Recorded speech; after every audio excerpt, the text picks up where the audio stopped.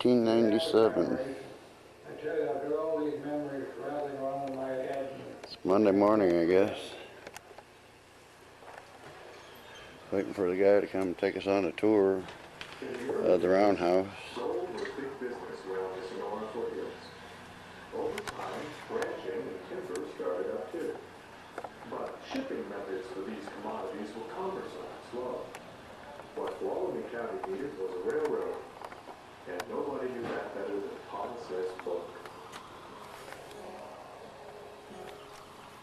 This enterprising fellow owned a Something railroad. wrong with this. That is, Seems to be out of focus here, the eyepiece. So, Bullock came west, looking for a place to lay his tracks.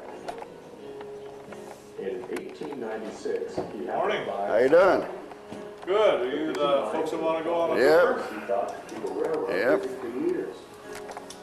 But Bullock, You can come back and watch that, I guess, Okay. if you want. One of the old short line railroads there were many of them, you know, at the turn of the Oh, yeah. century and into the early part of this century. This one happens to still be an operating short line railroad. Has been continuously since 1897. Now, is this And standard gauge or narrow gauge? It's standard gauge. And just this morning, I watched a 15-car freight train go up the hill. We had 10 wow. log cars and Oh, gee. 5 empty lumber cars. That would have been a sight to see. Yeah, and it was a double header. We have 5 steam locomotives on the property right now. 3 of them are or will be in operation. 2 of them don't belong to us at the moment. Although I like to think the possession is 9/10 of the law, but what can I say? But start first things first, right here, this green car, you see it was built in 1902 over in San Francisco. And at one time, there was a branch line from this railroad that went from here about 15 miles up the way to a place called Angels Camp. I don't know if you've been touring along Highway 49. We read about it. Well, I read about it in the Okay. AAA book, but we didn't stop there. Okay, well anyway, there was the branch line that went up there, but it was a very difficult place to build a railroad. And so, in fact, the engineer people said, well, it can't be done, but they did it. But the track, they had to have switchbacks, if you're familiar with those. Yeah, They had yeah. a really steep canyon to go down into, and so they had that and real sharp turns. The result is that they used short cars like this one to be able to get around the turns and not have trouble with derailments. Now, is this like what they call the Oscar and the Pike? I don't know if you... No, I'm not familiar with those terms. I know Walther's one of the railroad companies that came up with short passenger cars Yeah. that they call the Oscar and the Pike or something like that, and this looks pretty much like what they Yeah. were. Well, this was built by Holman in San Francisco, and I've never heard that term used for these, but No, it might be for the... I'm not sure which railroad they built them for, but it might have been just the terms used. yeah, but you can get an idea how it looks. Yeah. We've got 2 of them here in the building, 2 of the short cars like this. This next thing, the license plate is a joke, but this is the chassis for our oldest locomotive up here. This dates back to 1891, and it's the 3rd of our 3 operational locomotives. It doesn't look very much like that right now, but the boiler is up in a workshop where we can't go as visitors, and they're going through it to bring it up to FRA standards for excursion railroads. There are no commercial steam railroads that I know of left anywhere, but Can I walk down so here? the whole boiler came off. This was built in 1891 by Rogers, and it was the first locomotive on the Sierra Railroad when we were started operation in 1897. You can come down here if you want. So what they're doing is ultrasounding the boiler up there. Every square foot of it, they go over it with these ultrasound devices to make sure that the metal's all as thick as it's supposed to be for the pressure that it operates at. If it isn't thick enough, then they go inside and weld new material and then finish it off and get it ready. So we hope that this guy will be ready to go in about 18 months. Now, we started saying that 6 months ago. So we don't know what's going on here. See something kind of interesting about these locomotives and on this mountain railroad. See anything different about these drivers? Anything unusual? Not that. Got 6 drivers on this locomotive, 3 Yeah. axles. No, I see the 4. It's a 460, right? That's true. Okay. It's like Petticoat Junction one. It is. This is the locomotive that was used in Petticoat. Oh, is it really? This is our number 3. That's just what I was gonna say. Is this number 3? Yes, Yeah, it because is. I've read about this. Wow. Yeah, it's a beautiful piece when it's all back together. Oh man. Anyway, if you look at these drivers, see flange, no flange. And Gee. you know why that's done? We have 3 locomotives that are like this. For the curves, right? So they don't Yeah. bind on the curves. Yeah, so it won't tear the track up going around sharp curves. Son of a gun, that's number 3, huh? Gee, wish I could have seen her together. Yeah. Well, there are plenty of pictures of it because it's one of Well, I the know. photographs. I've read some of the history and some of the movies it's been in. And Yeah. every time we watch one of the movies, they'll say, "There, honey, is number 3." Yeah, We're gonna see that when we go to California. that's Well, right. that's cool. Well, an interesting fact about this thing, when it was built in 1891, it cost $6,000. Mm-hmm. When we were making movies with it, the last few movies that were made with this guy, it was renting out for $6,000 a day. Although 6,000.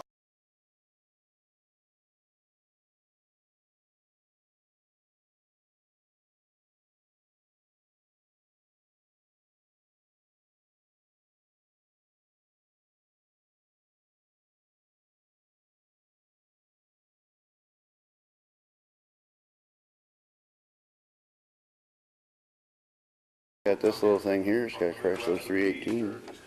Pretty neat little thing. And of course, even in Arizona, I guess there's some coal there, but it's relatively convenient. And they have coal-fired power plants as far west as Arizona, but there are no coal-fired power plants in California that I know of. Haven't been for a long time. Everything here is either natural gas or diesel. And we do have some thermal stuff from geysers, but it's not a big percentage. And we have some, of course, it'll be 2 diesel units pulling. Number 28 here is our primary excursion train locomotive, and on Saturdays and Sundays from April through October, we run 5 trains a day, pulled by this guy. And it's still, we can walk alongside it here, kind of get an idea of how everything's arranged. You can still feel the heat, particularly as you get closer to the firebox. Even though they shut it down yesterday afternoon at about 4:30, it's still plenty warm here. And tomorrow morning at this time, it'll still be warm there. You can, you'll be able to put your hands on it, but you'll still be able to feel some warmth. Oh, good. And it takes about 3 days for it to cool down. But This would be a consolidation. that's what it is. Okay. 280. And again, check the flat drivers in the 2 center Yeah. axles.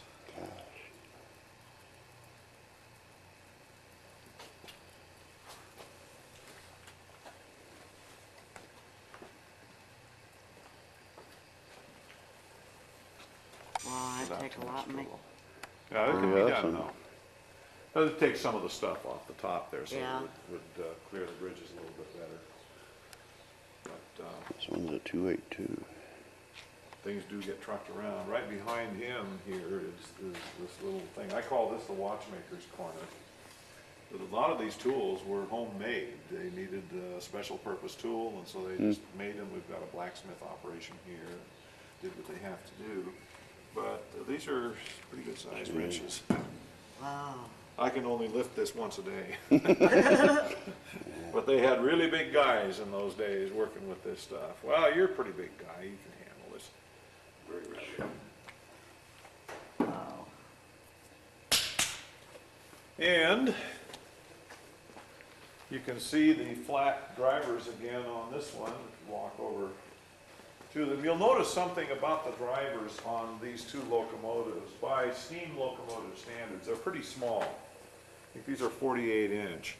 And that was because this was a mountain railroad, and so you had the steep grades, and so the smaller the smaller drivers ones, gave yeah. it like running in second gear maybe all yeah. the time. So the rule of thumb about these things, as you probably know, is roughly a mile per hour per inch of diameter. No, that I didn't know. And so we figure that if you had good enough track and a tailwind, you could get 45 to 50 miles. It's another one of them short ones. There's 34 in it. This puppy here is something you don't see too often anymore. This was a highway bus, built in 1919 originally as a regular passenger bus. And the San Francisco Water Department was building a big dam up in Yosemite called Hetch Hetchy. And the water project is often called Hetch Hetchy. It's an old Indian term. And they built a railroad up to the site of the dam, and then they used the railroad to haul the raw materials for building the dam, the aggregate and the rock and the sand. I read a and everything. little bit about that. We were up at that, what was it, the Yosemite and Sugar Pine or something like that? Yeah. Yeah, we rode that one up there, and I read a little bit about the Hetchy Hetchy, or the Hetch Hetch Hetchy Hetchy, up there. Well, that's what this was. They bought this and converted it for railroad use. If you want to set the brakes, you turn the steering wheel, I think, to the right. Wow, But it doesn't do anything other than that. And pretty neat. so it was in private hands until just a few years ago, and then they donated things, and so that's how they did it.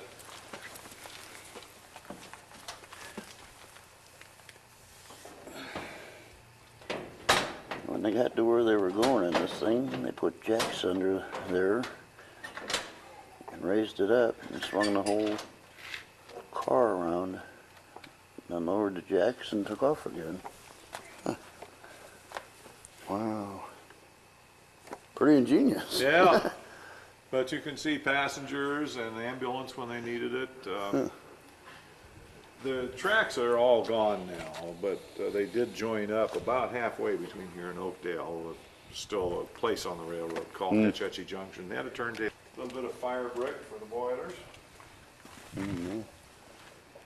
The turntable.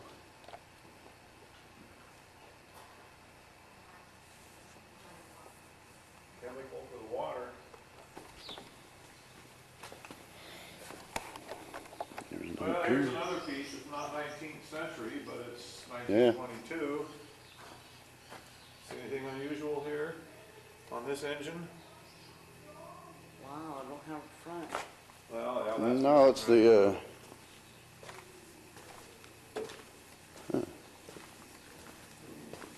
See anything different about the wheels?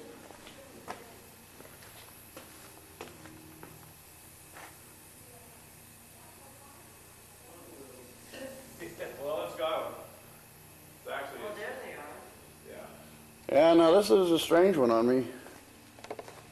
Well, this is called a shay, Okay. and we'll see when we come around here, So we'll it- see the difference. But you get a chance to look inside a boiler, Yeah. which you don't get very often, from the front end anyway. This boiler is being retubed. What happens is that there's a whole bunch of tubes that are force fit in there. They go the length of the boiler back to the firebox, and then the flame and the heat comes through the tubes.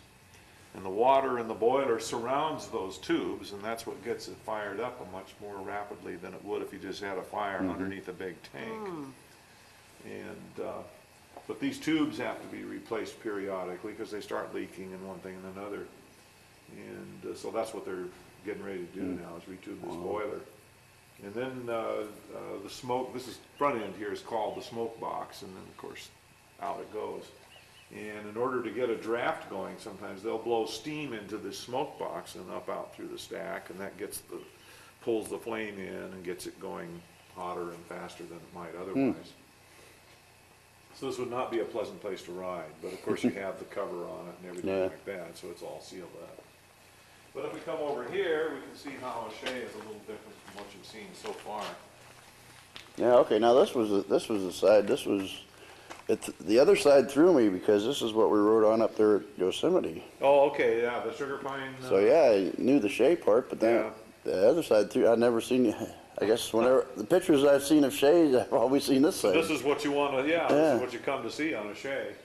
If you'd been here about an hour and a half earlier, this was outside. Oh wow. They've been doing, we hope we're gonna have this running again this season. Wow. And it's not normally our backup steam locomotive. So if something happens to the 28, as it does once in a while, something will break on it, needs to be repaired. So if this one isn't working, then we have a diesel that we use for backup. And then people come here for steam ride and some of them get mad. But, you know, when you're 79 years old, Yeah. like this one was built in 1922, the 28 was built in 1922, and I think that's about 79 years ago. And you're entitled to break once in a while. Yeah, well, there's a reason they switched to diesel from steam too. You know? That's right. I'm amazed that they waited as long as they did. I mean, it was middle 50s. You know, the more moving parts, the more you got to break. That's right. And as inefficient as these things are, and the repairs that have to be made on them, and just the general maintenance. Well, you figure maybe a 40-mile range on a locomotive like number 28 before it has to get filled with water again. It'll go farther on the fuel, but backs out in the movie prop area. Because they could make it look like a Civil War locomotive if they had to. Sand dome from number 3. One of the headlamps. Sure is neat. So, we come over here.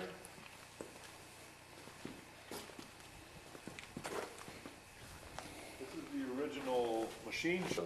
There's a big 50 horsepower ancient electric motor back in the cage there. And this all still works. Wow. This milling machine right here is self-powered. There's a lathe back in the corner that's self-powered. But I think everything else is powered by the belts. And our long-term goal is to get everything in here working again as it was originally. You can see we're doing some shoring up now, make sure that the roof doesn't fall in, new timbers. And then they'll paint those so they'll look just like they've been here forever. This guy is another one of those converted automotive things. This was the Sierra Railroad in the early 20s went to the Ford dealer in Sonora, just up the road here, and bought this brand new Model T, came down here and then converted 23 maybe? Yeah, somewhere in there. I've got a 23 T-bucket, that's why I asked. Oh, is that right? Yeah.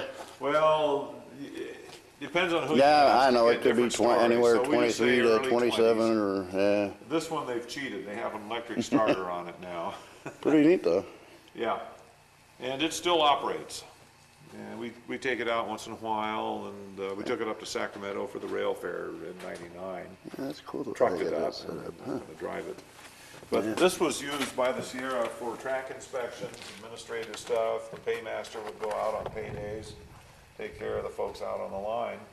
And just like the bus over there, when you got to the end of the line with this, you couldn't back it very far, particularly in the hot summer.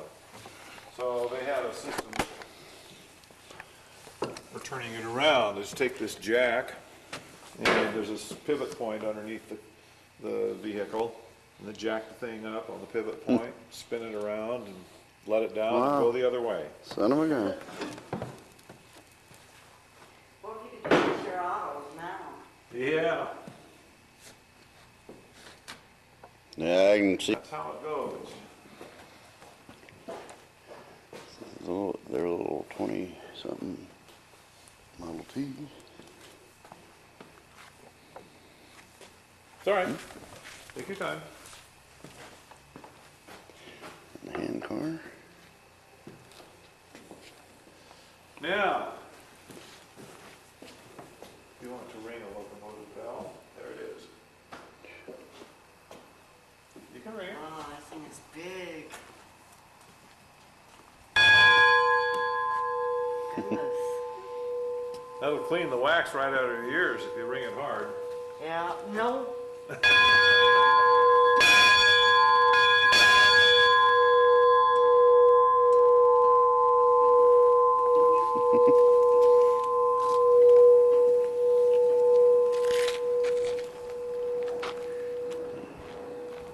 if we look up, you can see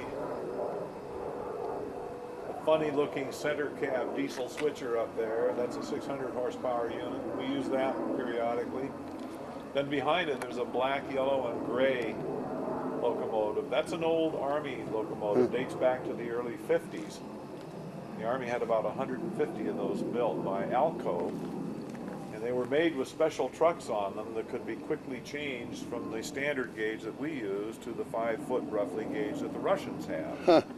And the idea, I guess, was if the balloon went up and the Cold War got hot, we would beat the Russians in short order, and then we would need railroad equipment over there. And so they had these things set up so they could be very quickly changed to their gauge. They had steam generators on them because at that time they were still moving, a lot of troops were still going, most of them were going by rail, so they could heat up the cars for the cold winters. Those things were built low to the ground so they could get through the tunnels that they had. There were lower tunnels over there. But that particular one was one of several that were over in the Naval Weapons Station at Concord, which is over on toward the Bay Area. And they started to build a narrow gauge railroad that was a branch off of this one up to Yosemite Valley. The switch point was just about a half a mile down the tracks from where we are. And that's the only artifact that's left. 1906 was when the big earthquake hit San Francisco, and it killed the financing for this little narrow gauge short line. So they stopped after about 6 or 7 miles of construction and didn't do any more. If you want to come out of here and take a look at the turntable, you can. And this is the 5th steam locomotive we have in the park. This actually belongs right now to a dentist who lives over in the Bay Area. Oh, wow. But he has apparently, as I understand it, in his will, this will be donated to the park when he dies. Oh, that's good. That's neat. So the next question I had was, how old is he? Yeah, really. Not very old. So it'll be a long time before we get it. But the talk is that this is actually overall in better shape than the one that you saw inside as a shay. And we've got well, you'll see over here there's some parts missing. This turntable is the second one that we've had in the complex here. First one was actually operated by hand. So you'd put whatever you were going to put on it to turn, and you had some long poles that stuck out, and big strong guys, and you just push it around. Gee. This, of course, is run by an compressed air motor. And they bring the air in from up above there into the pipe. I can hear it hissing here now. They got it turned. That's turned off. But you can get an idea just standing here how a roundhouse is in fact round. Please do not step on the rails themselves. Okay.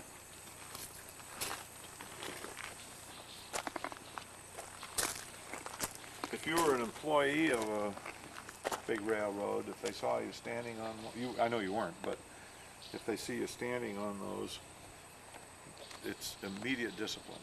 No, really? Yeah, and in some railroads it's firing. Wow. It's termination. The reason is that if you did try to stand on it or walk on it or something, your foot could slip off very readily. There's a lot of oil and grease and chlorine around. Slip down, break your ankle. Catch it on the rail. But you know, you see kids all the time trying to walk on these things, and so we're always shooing them off here in the park. But you can see the cab for number 3. Yep. So there's your 19th century. Oh, yeah.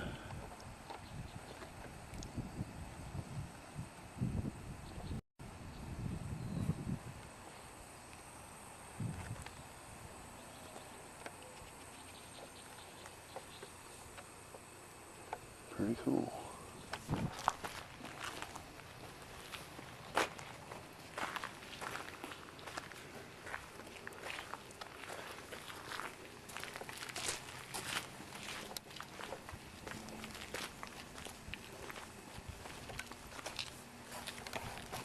They built the first 41 miles of this railroad between Oakdale and here, all in 1897, between March and November. Yeah, I might let it run for a little bit. Okay. And they used several hundred men and several hundred animals, horses and mules, And one of the ways they moved dirt, they didn't have the big graders that we're used to, so they used these guys, which are called Fresno scrapers. And they'd have a team of animals on it.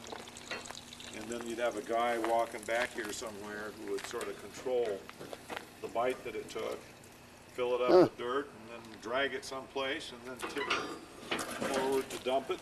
Oh, that's pretty cool. So there are a couple of them sitting here, but you know, by our standards, it's a lot of hard work involved Oh, yeah, in putting a I can railroad like imagine. this together.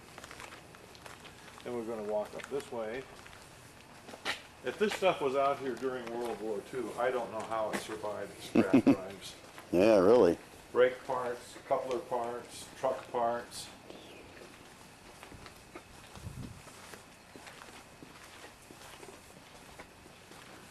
Then we sort of get into movie land. There's some 600 movies, TV programs, TV commercials have been filmed on this railroad. Some people There's say all the different stacks. the most photographed railroad in the We were world. talking about hunting. Did you see No. Back to the Future 3? Yeah.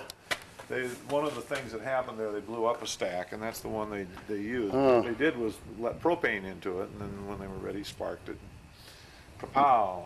Away it went. But you see stuff like this piece of rail here, you don't need to have the full weight of a heavy one. There's a fake tie here, it's hollow. Son of a gun. This boulder there is made of foam. It's lost all of its crust, but there's another one back here. If you, there was a TV program called Briscoe County. Yeah, I remember it. Well, that was used in that. Huh. The backdrop there. Son of a gun. Now, I'm not a movie buff, so we've got a couple of our volunteers here who know, probably tell you every one of the movies that was made up here on this railroad. I know about Back to the Future 3 because I saw it. Unforgiven was the last one, I think, that was a major film that was done using, you know, some footage from yeah. this railroad. And East of Eden, Chattanooga Choo Choo, and of course the film series, or the TV series Petticoat Junction. Yeah. And I never saw that. Huh. So, Son of a gun. I'm culturally deprived, I guess. But, Yeah, every once in a while they'll run Petticoat Junction. I've got a lot of them recorded. oh, really? Yeah. I never saw it. Here behind, these were also operated by the overhead belt system from inside the machine shop. And in pretty rough Like shape. You know, it'd still be an old Central Pacific car, so that's the oldest one they've got. This caboose end here was one End of of the a props in caboose. Back to the Future 3. This is from Back to the Future Last 3. year, one of our volunteers restored that, what it looks now, and then it was taken down to Oakdale and used as a part of a display with the Sierra Railroad Company's operation down there. They have a commercial passenger dinner, brunch, excursion train type of thing that goes out of Oakdale. And we got, you know, diesel equipment. It's not a Yeah. steam thing, or it's not intended to be historical, but they've done very well with it, and this was a part of the promo, so they trucked it down. But that's all That's they needed neat. for the movie part, was just to have this end of it to film that part of it. There's a park somewhere in Nebraska where they've taken like a dozen old Union Pacific cabooses, the center couple apart, and turned them into like little motels. Oh, uh-huh. Yeah, each caboose is like a little apartment and stuff. They're really neat, all Oh, self-contained with a little kitchenette and that. Sure. they're Back in plenty big. '97, we stayed in one of those. That was really neat. Oh, wow. That's great. Grandkids get a little older, we're gonna take them to stay in a caboose some night. Oh, great, yeah. Well, careful when you step in here, Okay. it's a little dark compared to outside. This is the original blacksmith shop, and until fairly recently, the building was condemned, it was falling to pieces, but they've done some restoration here, and of course, they did a nice job of painting the braces and stuff, so they look like they're all Yeah. original. Our long-term goal is to get this blacksmith thing going again, and have demonstration, you know, That at would least be on neat. weekends when we have our major activities here in the park. The old hammer mill over there, and but anyway, it'd be fun to get this thing going, because we still have some people who know how to blacksmith. But right now, it's a place to walk through and cement the fact that we haven't anybody to fix up these old industrial engines yet. But someday. I guess you know that the cooling systems of these, you just put water in that tank. That's all you do. That's the radiator, if you will. Huh, wow. Yeah, but there's an organization, well, there are a number of them around, clubs, people who own these things and restore them and then display them at the fairs and things. And once a year, that group comes over here and puts on a big display out. And so you have all these wonderful old engines. Some of these are variable cycle kinds of things where they only fire when the RPM gets down so low and then it sparks again. So it really sounds boom, chook, boom, chook. And it can be served as an ancient compressor inside that little shed there. And there are only Air two tank people I for the know of that room. know how to even get it running. But, so that's Gee. used, or we have a modern compressor that also serves this. But this was originally a steam tank, and it was at one of the mines here in the Sierra Nevada.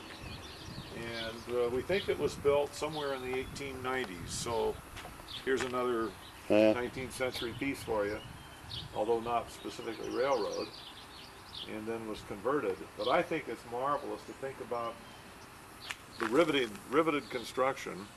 And if you've ever done riveting, you know that